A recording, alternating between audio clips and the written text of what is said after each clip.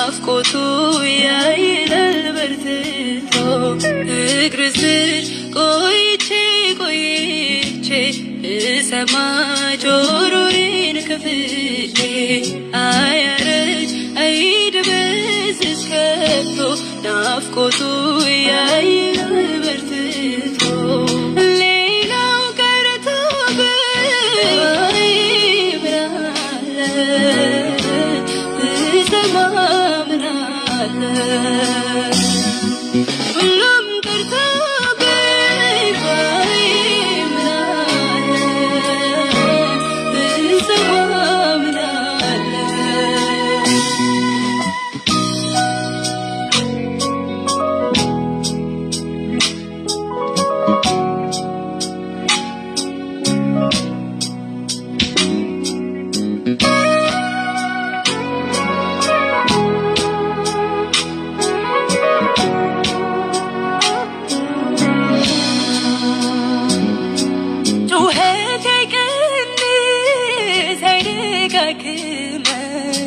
ድምፅን ሳልሰማ እንቅልፍ አይወስደኝ በብልጭልጭ ጊዜ አላጠፋ እንቁዬ ነህ ለዘላለም በብልጭልጭ ጊዜ አላጠፋ እንቁዬ ነህ ለዘላለም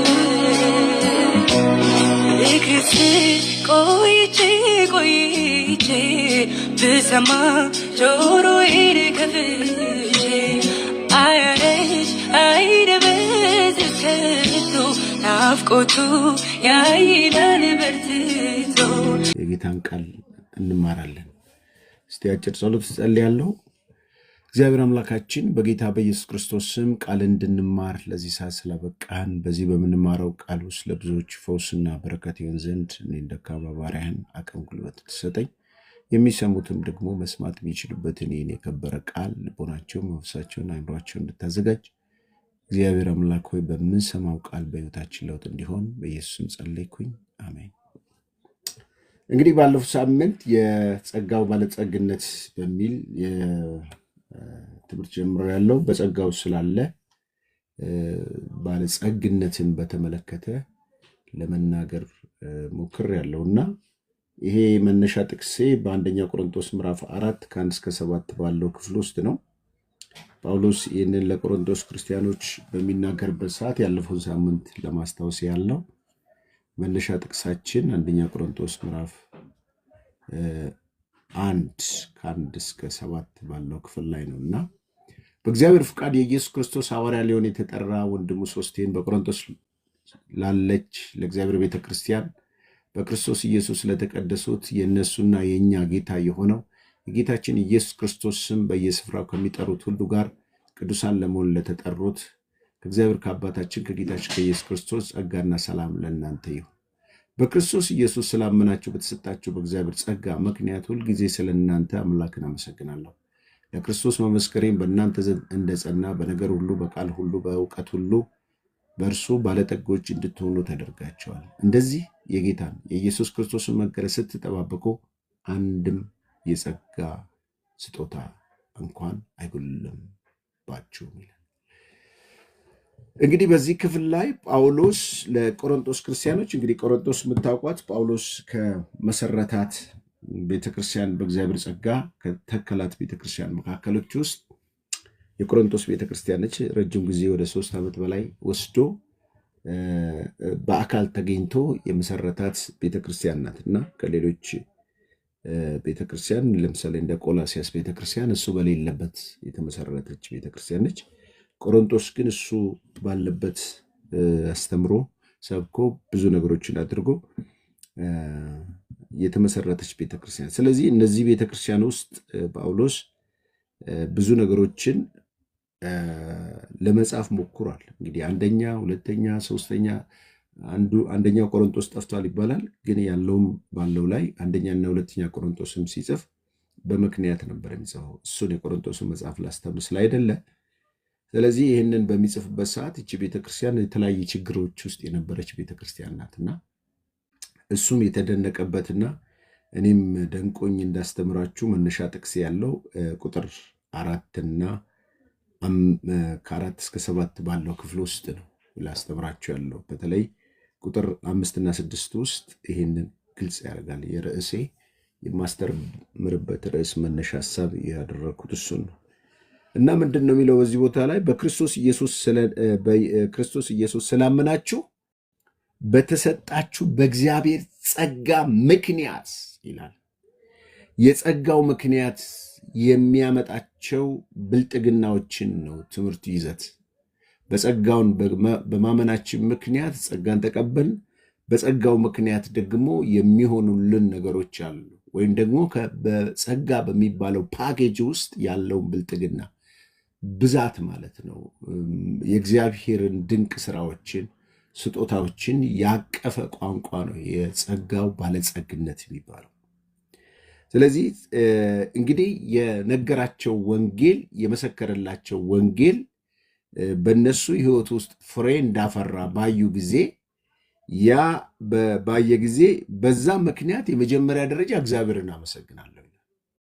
ምክንያቱም አንድ ዘርዘርታችሁ የሚቀጥለው አሽቶ ማሳችሁ ግሪን ሆኖ እንደሚገባ ፍሬያማ ሆኖ ስታዩት ደስ ብሏችሁ እግዚአብሔር ሆይ የዘራሁት በቅሎ ፍሬውን ማየት እንድችል ስለረዳኝ አመሰግናለሁ እንደሚል ጳውሎስም ለቆሮንቶስ ክርስቲያኖች በዚህ ምክንያት እግዚአብሔርን ሲያመሰግን እናያለን ማለት ነው። ስለዚህ ሌላው ማመስገን ብቻ አይደለም በነሱ ሕይወት ውስጥ ቀጥሎ የመጣው ነገርንም ያስታውሳቸው፣ ወይም ደግሞ የሆኑትን ጸጋ ከባህሪው ሂደታዊ አይደለም፣ ድርጊታዊ ነው። አንድ ሰው ጸጋ ለምሳሌ ተቀበለ ከተባለ ሰዎችን ሁሉ የሚያድን የእግዚአብሔር ጸጋ ተገለጠ ተብሎ ያንን ጸጋ ሲቀበል ቲቶ 1:12 ላይ እንደሚናገረው 2:12 ላይ እንደሚናገረው ይህም ጸጋ ኃጢአተኝነትን ዓለማዊ ምኞትን ክደን የሚል ቃል አለ። ልክ ጸጋ እኔና እናንተ ጋር ሲመጣ ይዞት የሚመጣው አቅም ኃጢአትን እንድንክድ፣ ዓለማዊነትን እንድንክድ፣ ድካምን፣ ክፋትን፣ መጥፎን የክርስቶስ ባህሪ ያልሆኑትን ነገሮች ከሕይወታችን እንዲወገድ የሚያደርገው የክርስቶስን መገለጥ እንድንጠባበቅ የሚያደርግ አቅም ሰጪ ነው። ስለዚህ እሱ ጋር ጳውሎስም እዚህ 5 እና 6 ላይ የቆሮንቶስ ምዕራፍ 1 5 እና 6 ላይ የሚናገረው ምንድን ነው?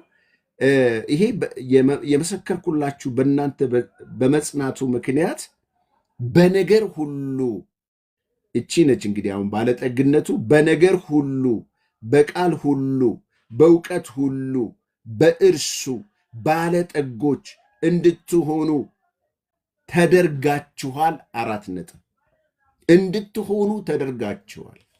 ለምሳሌ እጃችን ላይ ያለ ሞባይል ሌላ ነገር መሆን አይችልም። ሬዲዮን መሆን አይችልም። ወይ ማለት ምንድን ነው? ሌላ ቁሳዊ የምንጠቀምባቸው እቃዎች መሆን አይችልም።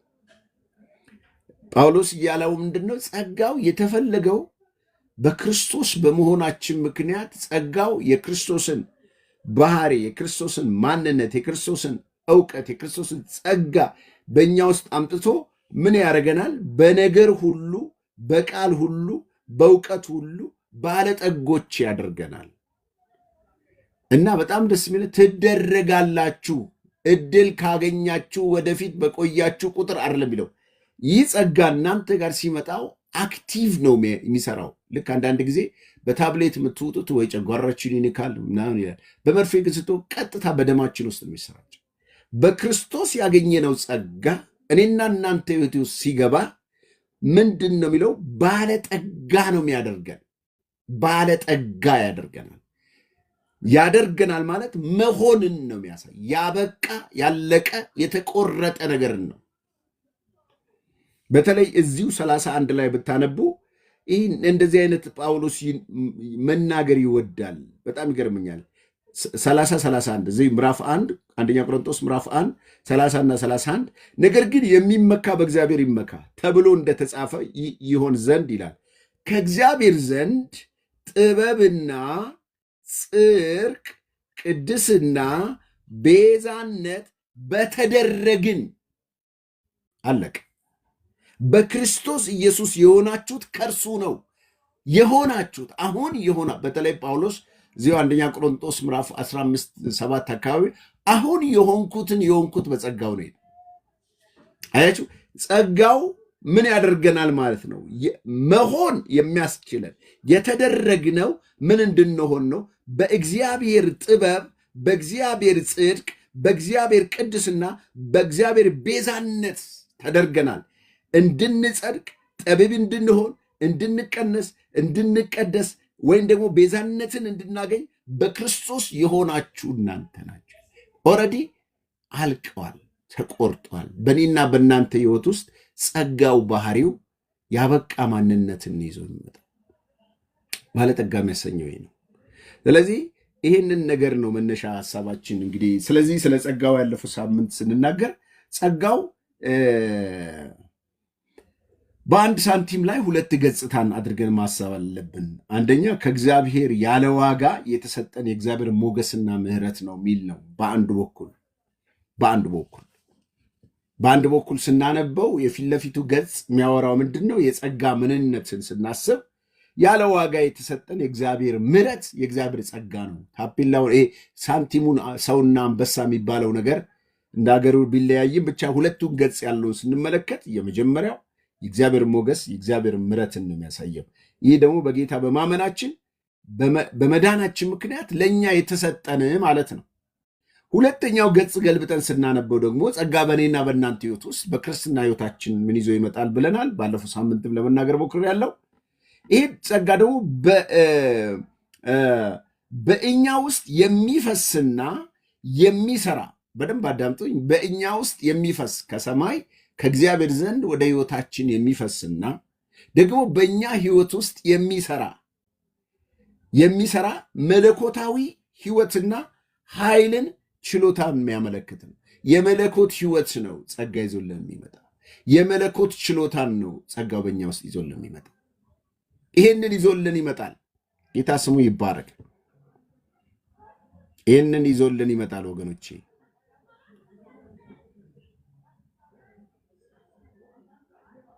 ስሙ የተባረከ ይሁን።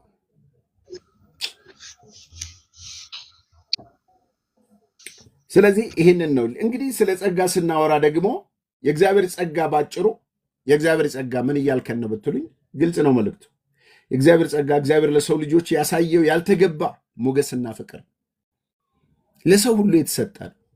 ሰው ከዚህ ጸጋ ርቆ በራሱ ለመጽደቅ ቢያስብ ይላል ከጸጋው ርቆ ይወድቃል። ሰው በጽድቅ በሕግ ለመጽደቅ ቢያስብ ይህን ጸጋ ገፋ የሚያደርግ ከሆነ በጣም በሚያሳዝን ሁኔታ ጳውሎስ ያስጠነቅቀናል። ገላትያ ምዕራፍ 5 ላይ ማንም ሰው ከዚህ ጸጋ ውጪ የእግዚአብሔርን ምሕረት፣ የእግዚአብሔርን ጸጋ፣ የእግዚአብሔርን በረከት፣ የእግዚአብሔርን ቸርነት ማግኘት አይችልም።